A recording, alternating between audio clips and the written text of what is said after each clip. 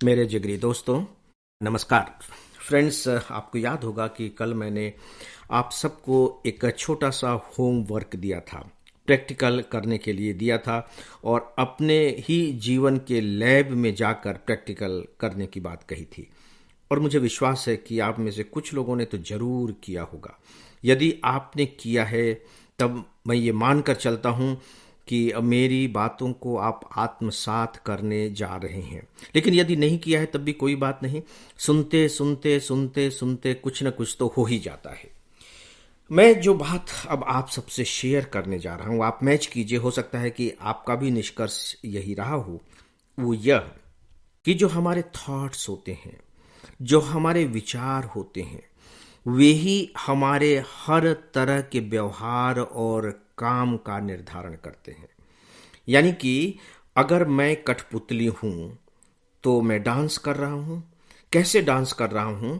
मेरे हाथ पैर शरीर और न जाने किन किन अंगों में न जाने कितने पतले पतले महीन धागे बंधे हुए हैं और वो सारे धागे किसी एक अदृश्य उंगली पे जाकर के समाप्त हो जाते हैं।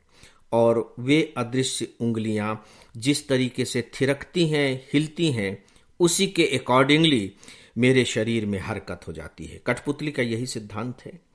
तो सवाल यह है कि वो उंगली कौन है जिसमें मेरे सारे धागे बंधे हुए हैं।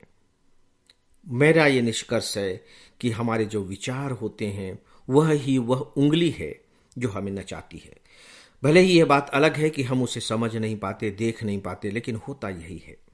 देखिए, अगर मैं विचार कह रहा हूं तो इसी से जुड़े हुए दूसरे तथ्य भी हैं, दूसरे तत्व भी हैं, जैसे इमोशंस, हमारी भावनाएं। तो भावनाएं हमारे विचार की ही प्रजाति की हैं, उससे अलग नहीं है। जैसे एक पेड़ है तो पेड़ में तो डालियां भी हैं, डंठल भी हैं, पत्ते भी हैं, फूल भी हैं और फिर फल भी लगेंगे, लेकिन पेड़ का नाम एक ही है, पीपल, आम। ये बात अलग है कि हम कहेंगे कि आम का पत्ता है, ये आम का फल है, लेकिन है वो आम। आम हमें जोड़ना पड़ेगा। इसी तरीके से भावनाएं हैं, हमारी अवधारणाएं होती हैं, कॉन्सेप्ट होती है, हमारे पूर्वाग्रह होते हैं, हमारे दुराग्रह होते हैं। ये सब भले ही अलग अलग दिखाई दे रहे हों, लेकिन हैं ये सब के सब विचार से जुड़े हुए। कभी आप इस पर भी प्रैक्टिकल करके देखिएगा और भावनाओं के साथ तो जरूर प्रैक्टिकल कीजिएगा। ऐसा मैं इसलिए कह रहा हूं क्योंकि हम भावनाओं और विचारों को बिल्कुल अलग अलग मानकर बैठे हुए हैं। बल्कि सच पूछिए तो हम कहीं न कहीं इन दोनों को एक दूसरे का विरोधी भी मानते हैं। कहते हैं कि जिसके पास विचार होंगे उसके पास भावनाएं नहीं होंगी, जिनके पास भावनाएं होंगी उनके पास विचार नहीं होंगे। विचार को हम सीधे सीधे तर्क से जोड़ करके और उसे भावनाओं का सीधे सीधे विरोधी करार देते हैं। दोस्तों, ऐसा है नहीं।